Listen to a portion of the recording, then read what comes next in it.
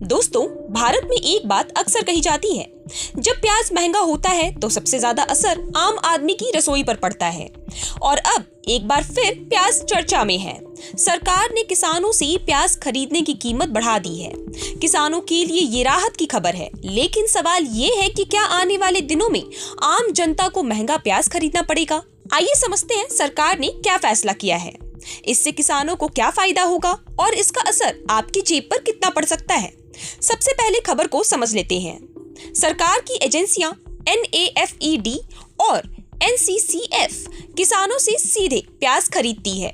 इस प्याज को सरकार अपने बफर स्टॉक में रखती है ताकि जरूरत पड़ने पर बाजार में उतारकर कीमतों को नियंत्रित किया जा सके। अब सरकार ने किसानों से प्याज खरीदने की कीमत बढ़ा दी है। इसका मकसद साफ है, किसानों को उनकी फसल का बेहतर दाम मिले और उन्हें नुकसान न उठाना पड़े। देश में सबसे ज्यादा प्याज उत्पादन महाराष्ट्र में होता है। पिछले कुछ वर्षों में किसानों को कई बार लागत से कम कीमत मिली, जिससे उन्हें भारी नुकसान सहना पड़ा। ऐसे में सरकार का ये कदम किसानों के लिए बड़ी राहत माना जा रहा है। सरकार आने वाले समय में लाखों टन प्याज खरीदने की तैयारी कर रही है, लेकिन कहानी यहीं खत्म नहीं होती। जब सरकार बड़ी मात्रा में प्याज खरीदती है, तो बाजार में उपलब्ध प्याज की मात्रा कुछ समय के लिए कम हो सकती है और बाजार का नियम बहुत सीधा है, सप्लाई कम तो कीमत ज्यादा। यही से शुरू होती है आम आदमी की चिंता। प्याज कोई ऐसी चीज नहीं है जिसे हम आसानी से नजरअंदाज कर सके। भारतीय रसोई में प्याज लगभग हर दिन इस्तेमाल होता है। दाल, सब्जी, सलाद, पराठे, छोले, राजमा, चिकन, मटन, लगभग हर खाने का स्वाद कहीं न कहीं प्याज से जुड़ा हुआ है। अगर कीमतें बढ़ती हैं तो सबसे पहले असर घर के मासिक बजट पर दिखाई देता है। एक मध्यम वर्गीय परिवार जो पहले एक हफ्ते में 4 से 5 किलो प्याज खरीदता था, वो मात्रा कम करने लगता है।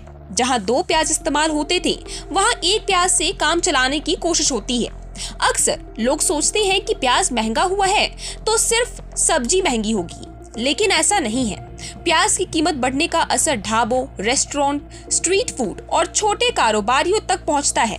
चाट वाला, समोसे वाला, छोले भटूरे वाला अपनी लागत बढ़ने की वजह से कीमतें बढ़ा सकते हैं। यानी असर सिर्फ बाजार में प्याज खरीदने तक सीमित नहीं रहता, बल्कि बाहर खाने पीने की चीजें भी महंगी होने लगती हैं। यही वजह है कि प्याज को अक्सर महंगाई का सबसे बड़ा संकेत माना जाता है। अब सवाल उठता है कि अगर इससे कीमतें बढ़ सकती हैं, तो सरकार ऐसा क्यों कर रही है? असल में सरकार के सामने 2 बड़ी जिम्मेदारियां हैं। पहली, किसानों को उनकी फसल का उचित दाम मिले। दूसरी, आम जनता को जरूरी खाद्य पदार्थ उचित कीमत पर मिलती रहे। अगर किसानों को अच्छा दाम नहीं मिलेगा, तो वे अगली बार प्याज की खेती कम कर सकते हैं। इससे भविष्य में उत्पादन घट सकता है और तब कीमतें और ज्यादा बढ़ सकती हैं। यही कारण है कि सरकार अभी प्याज खरीद कर अपने पास जमा कर रही है, ताकि आने वाले महीनों में अगर बाजार में कमी हो तो उसी स्टॉक को निकाल कर कीमतों को नियंत्रित किया जा सके। यानी सरकार एक तरह से भविष्य की तैयारी भी कर रही है। विशेषज्ञों का मानना है कि आने वाले कुछ महीनों में प्याज की कीमतों पर नजर रखना जरूरी होगा। अगर उत्पादन अच्छा रहा और सरकार समय पर स्टॉक बाजार में उतारती है, तो कीमतें नियंत्रण में रह सकती हैं। लेकिन अगर मौसम खराब हुआ, सप्लाई प्रभावित हुई या मांग अचानक बढ़ गई, तो कीमतों में तेजी देखने को मिल सकती है। इसीलिए फिलहाल किसानों को राहत मिली है, लेकिन आम जनता की नजर अब बाजार के भाव पर टिकी रहेगी। कुल मिलाकर देखें तो सरकार का ये फैसला किसानों के हित में एक बड़ा कदम है, लेकिन इसके साथ ये चिंता भी जुड़ी हुई है कि कहीं इसका असर आम लोगों की जेब पर ना पड़े। अब असली सवाल यही है, क्या सरकार किसानों और उपभोक्ताओं के बीच संतुलन बना पाएगी? क्या प्याज की कीमतें नियंत्रण में रहेंगी या फिर एक बार फिर आम आदमी को महंगे प्याज का सामना करना पड़ेगा?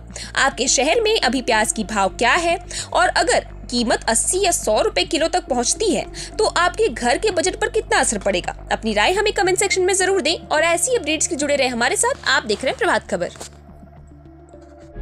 प्रभातखबर.com, विश्वास वही, रफ्तार नहीं।